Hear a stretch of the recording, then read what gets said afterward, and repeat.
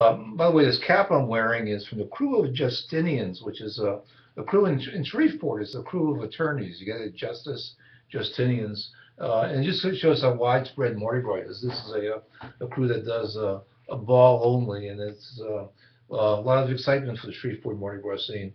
But of course, nowhere has the excitement that New Orleans does.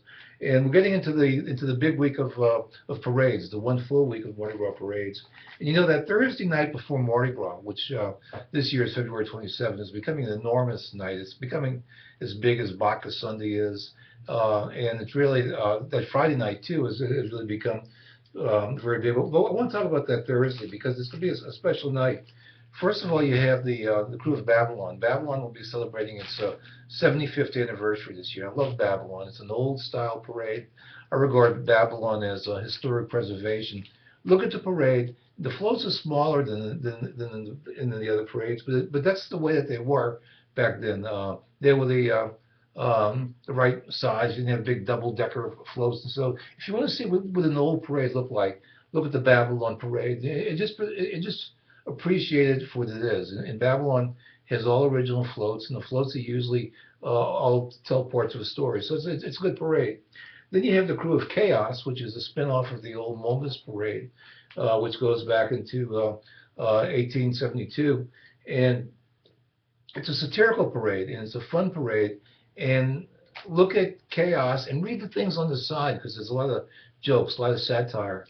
For neither Babylon nor Chaos, don't get worried about throws. I mean, you got enough already. Just look at these parades and just kind of try to understand what they are, because they're both a good reflection of 19th century parades. Then after that, you have the Crew of Muses, and Muses is certainly one of the most popular parades in all of Carnival. It's an all-female crew. It's fairly new. They work hard on their parade themes.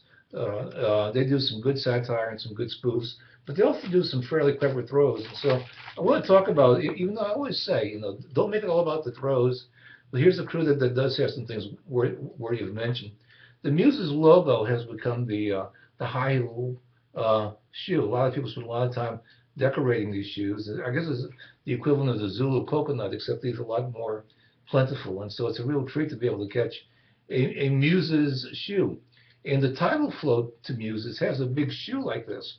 And if you remember the year that the Saints won the Super Bowl, that the different crews loaned a float to the parade, to the victory parade, and the Muses shoe float was in, and Garrett Hartley, who was the Saints place kicker, in happier days rode in that float because he kicked a field goal that got the Saints into the Super Bowl.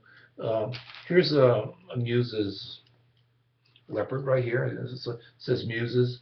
Here's a miscellaneous Muses animal. I'm not quite exactly sure what this is, but I ordered it on my side. Here is a Barbie doll. I kept it in the package for the official Muses. And you notice the Muses logo, which is like the old tiles in that were in the street corners in New Orleans. And Muses gets its name from, of course, the Muses of mythology, but more directly because of the streets in uptown New Orleans that were named after those various muses, and so that's why they use the street tile. Very clever design. And here is the Muses ice trays. Of course, that's in the shape of the shoe. And so it's a really interesting parade with some really interesting things to catch. And so go Thursday night and get there early, see Babylon, appreciate Babylon for what it is, see Chaos, read all the jokes on the side, see Muses, read all the jokes on the side too, but also look for the throws. But another great thing that Muses has done is that it has allowed and fostered and encouraged a lot of smaller groups that are part of Muses. I call them like the walking groups, even though you got things like the Rolling Elvi, who are really guys on scooters. You got the Bearded Oysters, the Camel Toe Steppers. And to me, this is a great. It's not an innovation; it's been around, but Muses has allowed these things to grow because they allow more people to participate in Carnival at the street level. And they bring some real humor to the parades. The Crew does the same thing. They even have their own group called the Dixie Dancing Darlings. And so I love watching these groups that are also part of Muses. I guess I should mention that at the head of the Muses parade is the Muses globe, which is a blinking globe, and it has the Muses logo on it. It's an enormous sized globe, and so among the throws will be a glow because they don't have too many blinking lights around you. It'll be a good year for, it should be a good year for Mardi Gras. Thursday night should be a big night.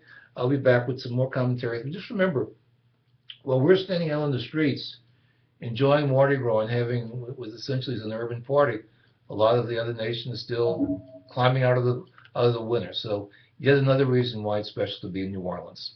See you next time. Bye.